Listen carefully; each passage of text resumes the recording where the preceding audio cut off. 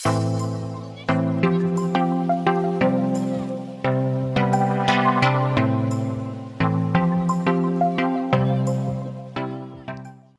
हिंद। स्वागत है आपका हमारे YouTube चैनल पर। आज हम लोग बात करने वाले हैं एक ऐसे न्यूमेरिकल के बारे में जो कि बहुत कठिन भी है और बहुत आसान है। ध्यान से देखिएगा, उसको मैं कितना आसान कर देता हूँ और उसको कितनी जल्दी किया जा सकता है, कितनी तेज़ किया जा सकता है। आपका अप्रोच क्या होना चाहिए। यूपी बोर्ड के एग्ज़ाम में आपका अप्रोच ही उसमें मायने रखता है कि आप कितनी तेज़ी से किसी न्यूमेरिकल को कर सकते हैं। आज हम लोग उसको समझाने के उससे नहीं, हम कैसे करें और कितनी तेज़ी से कर सकते हैं, हम क्या अप्रोच लगा सकते हैं, क्या सोच सकते हैं, उसके बारे में बात करने वाले हैं। ठीक, तो स्टार्ट करते हैं अपना वीडियो बिना किसी टाइम वेस्ट किए। देखिए, आपको वहाँ पर पीपीटी साइड में दिख रहा होगा, वहाँ पर देखिए लिखा हुआ है कि +9e तथा +e दोनों एक दूसरे से 16 सेंटीमीटर की दूरी पर रखे हुए हैं। ठीक, ध्यान से देखिएगा, प्लस का 9e और दूसरा प्लस का ई, ये दो आवेश दिए गए हैं, एक दूसरे से कितनी दूरी पर रखे गए? 16 सेंटीमीटर की दूरी पर। कितनी दूरी पर है? 16 सेंटीमीटर की दूरी पर रखे गए हैं। ठीक है, मान लिया मैंने 16 सेंटीमीटर की दूरी पर रखे गए। फिर कहा जा रहा है कि ध्यान से देखिएगा कि एक बिंदु कोई भी है क्यू। ठीक, एक भी बिंदु कौन सा है? क्यू। कह रहा उस क्यू आवेश को मैं कहाँ पर रख दूं कि जो बल है वो संतुलन की अवस्था में हो जाए। अच्छा, संतुलन का मतलब समझते हैं? तराजू देखा होगा, तो तराजू में अगर 1 किलो इधर बांट रखते हैं तो 1 किलो वहाँ पर कुछ उसके बदले में सामान रखना पड़ता है। ठीक, अब आलू लो, शक्कर लो, कुछ भी और रख सकते हैं, लेकिन अगर 1 किलो का बांट रखा है तो उधर भी 1 किलो रखने के बाद दोनों के क्या कर देते हैं? बराबर कर देते हैं। तो बराबर करना ही उसको क्या कहते हैं? संतुलन कहते हैं। ठीक, तो संतुलन करने के लिए मुझे क्या करना पड़ेगा कि यानी अगर बल की मैं बात करूँ कि अगर मान लेते हैं कि हमने यहाँ पर क्यू रख दिया है, मान लेते हैं सपोज दैट कि क्यू जो रखा गया है वो इस जगह पर रख दिया गया। तो अगर क्यू यहाँ पर रखा गया तो जो इधर वाली है और इधर, इन दोनों की वैल्यू आपस में बराबर हो जाए, यही तो कहने का मतलब है। यानी +9e से क्यू के बीच जो बल लगेगा और क्यू से +e के बीच जो बल लगेगा, वो दोनों बल आपस में क्या हो जाए? बराबर हो जाए, तभी तो संतुलन की अवस्था होगी, है ना। ये आपको समझना पड़ेगा। तो अगर हम कह देते हैं कि मान लेते हैं कि +9e से x सेंटीमीटर दूर पर, कहाँ पर मान लेंगे? x सेंटीमीटर दूरी पर। ठीक, हमने कोई भी एक आवेश क्या रख दिया? क्यू रख दिया है। तो अगर यहाँ से यहाँ तक मैंने मान लिया है कि +9e से क्यू के बीच की डिस्टेंस x सेंटीमीटर है और टोटल जो डिस्टेंस थी वो कितनी थी? 16 सेंटीमीटर थी। तो ये वाली डिस्टेंस आप लोग नहीं बता पाएंगे। ठीक, नहीं बता पाएंगे तो उसको भी देख लीजिए ध्यान से।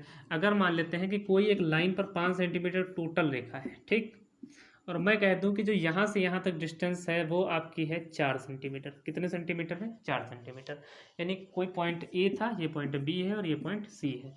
ए से लेकर बी तक की टोटल डिस्टेंस 5 सेंटीमीटर की थी, लेकिन ए से सी तक जो डिस्टेंस दी गई वो 4 सेंटीमीटर की है। तो सी से बी तक डिस्टेंस कितनी होगी? आप लोग बोलेंगे 1 सेंटीमीटर, तुरंत बोलेंगे। कैसे आया? बस इतना समझना कि टोटल 5 थी, 5 से हमने क्या किया? 4 हटा दिया तो बची कितनी? 1। वैसे सेम यहाँ भी करनी, टोटल कितनी दी गई? 16 सेंटीमीटर। उसमें से x सेंटीमीटर अगर मैं हटा दूं तो 16 से अगर x में घटा दूं सेंटीमीटर में, तो q से +e के बीच की डिस्टेंस मुझे फाइंड हो जाएगी। ठीक, अब देखिए आगे, अगर बल की मैं बात करूं, अच्छा बल कभी अकेले तो लग नहीं सकता जब तक दो चीज़ें ना हो। आपका दीवार पर बल लगाना, ठीक, आप किसी चीज़ को, मेज़ वगैरह को धक्का देते हैं तो वहाँ पर भी क्या होता है? बल होता है। तो बल हमेशा दो ऑब्जेक्ट के बीच में लगता है, कभी अकेले नहीं लगता। तो यहाँ पर भी दो ऑब्जेक्ट देखें तो पहला +9e, दूसरा क्या है? q। और जब इधर वाला बल देखेंगे तो q और +e, यानी दोनों के बीच में बल अलग अलग मैं निकाल लूँगा। तो मान लेते हैं कि यहाँ से यहाँ तक जो बल लगेगा वो F1 होगा और यहाँ से यहाँ तक बल लगेगा वो क्या हो जाएगा? F2। जब ये दोनों आपस में बराबर हो जाएंगे तो वही कौन सी स्थिति होगी? उसे हम कहेंगे संतुलन की अवस्था। कौन सी अवस्था? संतुलन की अवस्था। तो देखिएगा F1 बराबर क्या कर लेंगे? F2। आपको वैद्युत बल का फॉर्मूला पता होना चाहिए। तो F बराबर क्या होता है? 1/4πε0 इंटू में Q1 Q2 बटे में r²। तो Q1 की जगह पर क्या हो जाएगा? 9e। Q2 की जगह पर क्या हो जाएगा? q।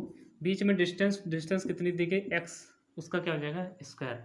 ऐसे सेम इधर, तो 1/4πε0 इंटू में पहला आवेश क्या दिया गया? q, दूसरा आवेश क्या है? e। दोनों के बीच की दूरी क्या है? तो 16 - x का होल स्क्वायर। ठीक, अब देखिए जो कट रहा है उसको काट देंगे तो इधर से ये दोनों कट गए, यहाँ से देखिएगा q e, यहाँ से भी q और e कट गया, बचा क्या? 9 बटे में x² बराबर 1/16 - x का होल स्क्वायर। अच्छा ध्यान से देखिएगा, 9/x² को हम लोग लिख सकते हैं क्या? 3/x बराबर 3/x, इसका क्या कर देंगे? Whole square. यहाँ पर 1/16 - x इसका भी ऊपर होल स्क्वायर, ये दोनों स्क्वायर आपस में क्या हो जाएंगे, कैंसिल हो जाएंगे, तो बचेगा क्या, 3/x बराबर 1/16 माइनस एक्स, यही बचेगा। इसको जब सही करेंगे तो यहाँ पर हम क्या कर लेंगे, कैंची इधर गुणा कर लेंगे, तो 16 माइनस एक्स का जब इससे करेंगे तो क्या बन जाएगा, 16 का 3 से होगा तो 48, 3 का एक्स से करेंगे तो माइनस का 3x, यहाँ पर एक्स का जब उधर करेंगे तो कितना हो जाएगा एक्स, ये -3x उधर जाएगा तो क्या हो जाएगा, जुड़ जाएगा, 4x बराबर 48, तो एक्स की वैल्यू कितनी, 12, यानी एक्स की वैल्यू कितनी आ जाएगी, 12 सेंटीमीटर। यानी आंसर में ऐसा नहीं लिखना कि 12 सेंटीमीटर, आंसर आपको लिखना पड़ेगा कि प्लस जो 9e दिया गया था वहाँ से 12 सेंटीमीटर की दूरी पर q आवेश को रखने पर बल की जो है वो संतुलन की अवस्था में होंगे। ठीक है, मिलते हैं अपने अगले न्यूमेरिकल में। ठीक है, तब तक के लिए धन्यवाद।